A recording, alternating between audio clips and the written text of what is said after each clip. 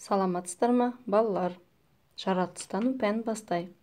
Бөлімі жануарлар. Тақырыбы адамдар жануарлардан не алады? Мақсаты үй жануарлардың адамға қандай пайдасы бар екенін білетін боласың. Және қоршаған ортаны зерттеп үйренесің. Мына суретке мұқият қара. Әсем анасымен дүкенге барып, қандай пайдалы азық-түлік сатып алған. Сүт, айран, ірімшік, құс еті, жұмыртқа. Дұрыс айтасың. Ал осы өнімдер дүкенге қалай келеді деп ойлайсың? Олай болса, зерттеу жұмысын жасап көрейік. Мынау сиыр. Сиыр бізге сүтін береді. Сүт өте пайдалы сусын. Сүттен біздер ірімшік, құрт және түрлі өнімдер аламыз. Мынау жылқы. Ол адамдарды тасиды. Жылқы арбаға жегіп, ауыр жүктерді тасуға болады. Жылқыдан өте пайдалы сусын қымызды алады. Мынау түйе. Түйе бізге сүтін береді екен. Одан біздер шұбат аламыз. Түйеден біздер жүн аламыз. Жүннен жіп жасап, түрлі заттар жасауға болады. Мысалға, бас киім, қолғап, мойын орағыш аламыз. Мынау ешкі.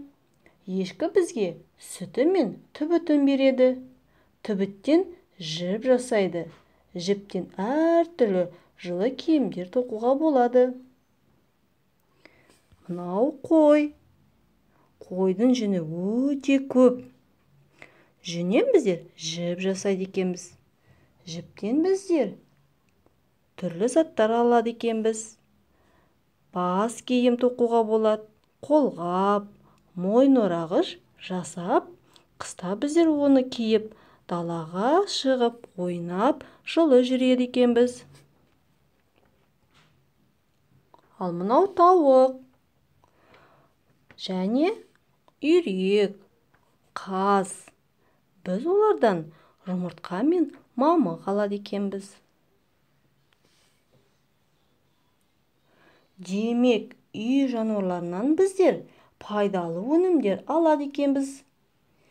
Терісін, жүнін және құстардың мамығынан киім және аяқ киім алуға пайдаланады екенбіз. Ал адамдар үй жануарларының үшін қора салады екен. Оларды қоректендіріп және төлдеріне қамқор болады екен. Балалар, қалай ойлайсыздар? Егер сен көп қабатты үйде тұратын болсаң, осы жануарларды асырай алар ма едің? Жоқ, әрине. Демек, олардың барлығын ауылда, мал қорада тіршілік жасайды. Яғни дүкендерге азық-түлік барлығы ауылдан әкелінеді екен. Осыны біліп қой. Балалар, келесі тапсырманы орындап көрейік. Берілген суреттерге мұқият қарап, үй жануарлардан алынатын өнімдерді тауып ата.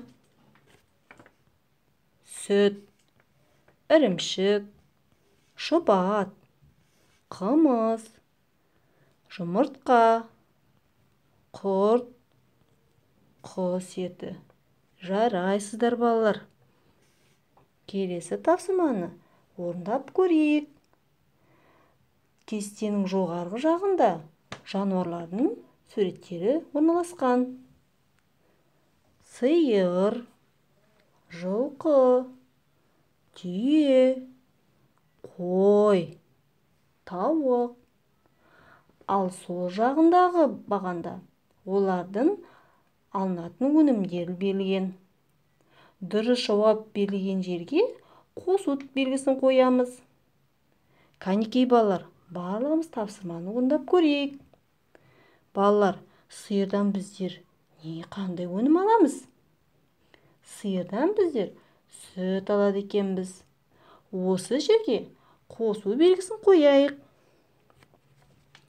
Ал жылқыдан не алады екенбіз, балалар?